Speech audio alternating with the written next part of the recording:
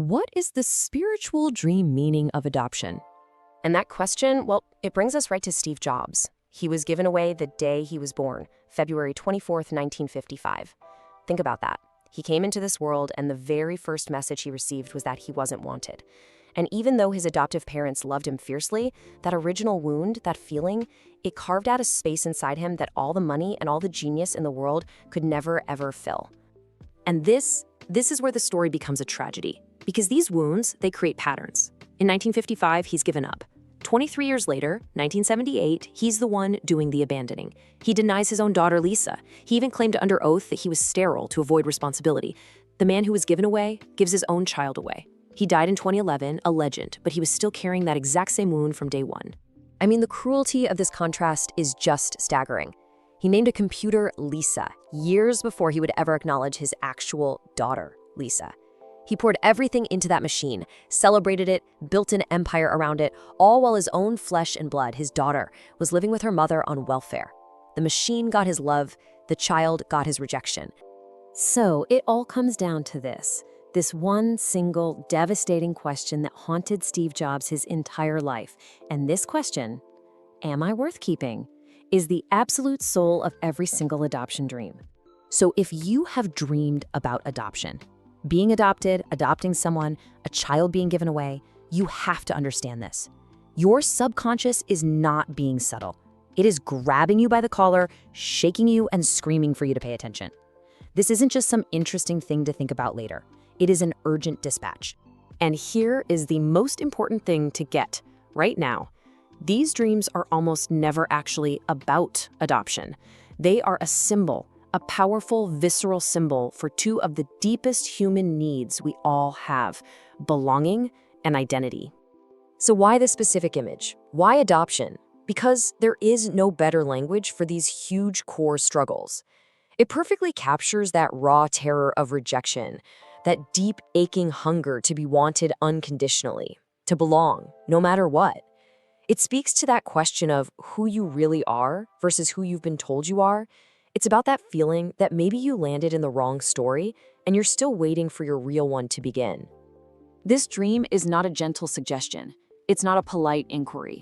It is an interrogation. It is forcing you to confront the questions you spend all your waking hours avoiding. And it's demanding answers. Not tomorrow, not next week, right now. This is the first question. Do you believe, deep in your bones, that you have a right to be here, exactly as you are? And the second question, not just tolerated, not just accepted, but am I actively, truly chosen? And then the hardest one of all. If you strip away all the achievements, all the trying, all the performing, is the person left behind simply enough? The stakes for answering these questions, they could not be higher. Because the price of ignoring this wound, of letting that question, am I worth keeping, run your entire life without ever facing it, is exactly what it cost Steve Jobs. See, the consequence isn't just your own private pain. It doesn't stay contained. You will transfer that wound. It will bleed out onto every person who loves you, every child who needs you, every single life that your life touches. That is the price of inaction. So you have to understand, that dream was not random. It was a targeted intervention from the deepest part of yourself. It wasn't meant for anyone else. It came for you. And it leaves you with only 3 options. There isn't a fourth. There's no room to negotiate. You have to stop. Stop running from it. You have to listen to what the dream is screaming at you. And then you must act. Part 2. So you had the dream. Let's get straight to what it means, and more importantly, what you're gonna do about it, starting right now. Okay, let's get one thing straight. This dream, it isn't some quiet little echo from your past. No, this is a 5-alarm fire. It's a direct message from your subconscious, a present-day emergency. And yeah, every single day you wait is just another day you let the wound run the show instead of you. The clock is absolutely ticking. All right, let's dive in. The first major crisis your dream is dragging into the light is this, the crisis of belonging. Your soul is literally screaming at you that those places you think are your home, the people you think are holding you, yeah, they're not.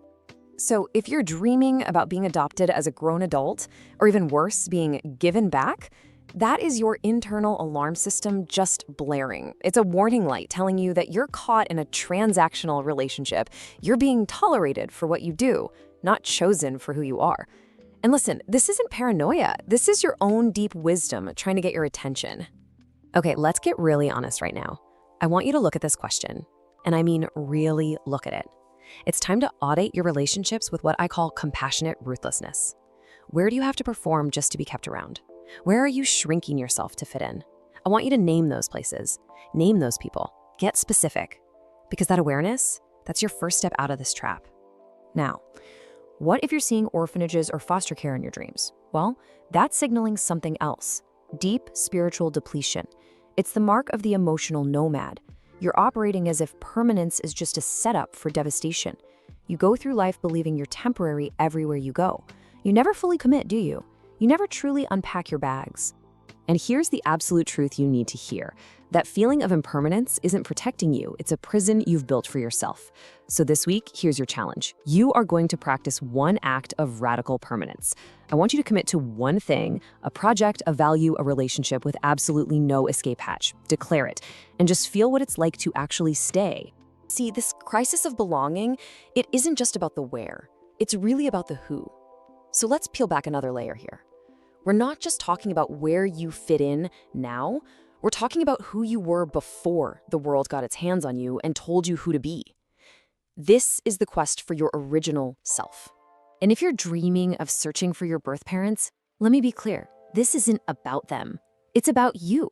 It means that identity that was handed to you by your culture, by your family, by your trauma, it just doesn't fit anymore. Your soul is finally ready to shed that old skin. This is not a breakdown. It's a breakthrough. It's an invitation to come home to who you really are. So here's your assignment, and I want you to take this deadly seriously. For 7 straight days, you are going to journal on this one raw question. Who was I before I learned how to be acceptable?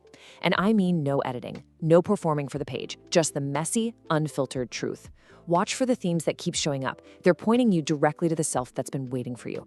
Now, if you're dreaming of 2 different families, your birth family and an adoptive one, you're literally seeing these 2 selves at war inside of you. You've got the inherited self, right? That's your history, your wounds, your conditioning. And then you've got the chosen self, the life you are consciously, actively fighting to build. And the call here isn't to destroy one to save the other. No, it's to integrate them. It's time to stop pretending half of you doesn't exist. And all of this leads us right here to the hard part. Let's be honest. Your dreams are forcing a decision. They are putting the bill on the table and confronting you with the cost of your choice. So the question is, what are you going to release? And what are you finally going to claim as your own? Okay, so let's talk about a really interesting one. Dreaming that you're giving a child up for adoption. I know, it feels like the ultimate abandonment, but it's not. It's actually about a necessary letting go. It's this incredibly courageous act of admitting that there's a part of you, a dream, a hope, that you just can't provide for right now. And so you entrust it to something larger. It's a painful sacrifice, but it's one that's absolutely required for your growth. And then there's the dream of signing papers. Look, this one is not subtle. It is a direct command from your psyche. Make a binding commitment. Your soul is telling you to move something important out of the someday column and into the yes column. Right now. It's time to end the costly, soul-draining indecisiveness and finally formalize your choice. So, what is it for you? Seriously, look at this question. What in your life is just sitting there, stuck in permanent maybe status? Is it that job? That relationship? That move? I want you to pick that one thing and give it a non-negotiable deadline. You have 30 days. In 30 days, it gets a clear yes or a clear no. The era of maybe in your life is officially over. It is time to make a decision. And all of this, every single one of these dreams, it brings us to the final stark choice that's being laid at your feet. This is a prophecy of your future. So which is it going to be? A life defined by self-abandonment or one defined by the hard, radical work of redemption? Okay, this is probably the most confrontational dream you can have. The one where you're the adult and that weeping child reaching out, waiting to be chosen, that child is you. It's your own inner self. And in the dream, you just keep walking. This dream is showing you, in brutal detail, a systematic pattern of abandoning your own most urgent needs simply because you learned a long time ago that they were inconvenient. So here is the command, not a suggestion, a command. Identify the one specific core need that you consistently ignore, and you are going to meet it now. Not when you have more time, not after everyone else is taken care of. You are going to treat meeting this need like the absolute emergency that it is. But then there is another path. There's the redemptive dream, the one where you see a thriving, happy, adopted child. Please do not dismiss this as wishful thinking. It's not a fantasy. It is a prophecy from your subconscious. It is showing you exactly what is possible. It's a vision of the healed, whole, belonging version of you that is waiting on the other side of all this hard work. So I'm going to leave you with this one last question, and I want you to be brutally honest with yourself. Where have you, quietly but firmly, decided that healing is just impossible for you? That it's too late, the damage is done? Your final task is this. I want you to go out and find one person who is living, breathing proof that you are wrong about your own limits. Find them, study them, and let their existence be your permission slip to finally begin. All right, part 3. Let's talk applications. Look, all the interpretation, all the analysis, it means absolutely nothing if it just sits on a piece of paper, right? This is where we get real, because understanding is useless without action. And these tools, they're urgent. So let's be crystal clear about what's at stake here. This is not some cute self-improvement project you get to when you have time. The message from this stream, it's a lifeline. And ignoring it, well, that means accepting the death of the person you were actually born to become. Period. First step, auditing your reality. This is about seeing your life with brutal, unflinching clarity. It means you stop numbing and you start feeling. And it all begins with a daily practice. Okay, this is for you if you're the woman who numbs instead of feels. For 30 days, every single night, you're gonna write the honest-to-God answers to these 2 questions. No editing yourself, no performing for an invisible audience. The whole point here is to make those invisible dynamics in your relationships totally visible. Trust me, after 30 days, the patterns will be screaming at you. They'll be undeniable. And what about those relationships where you already feel that quiet little sense of disappearing? It's time for the truth audit. You need to ask yourself this question, and I mean really ask it. Does this person, this family, this community, do they actually want me here? Not some polished version of me, not a quieter me, but the real, messy me.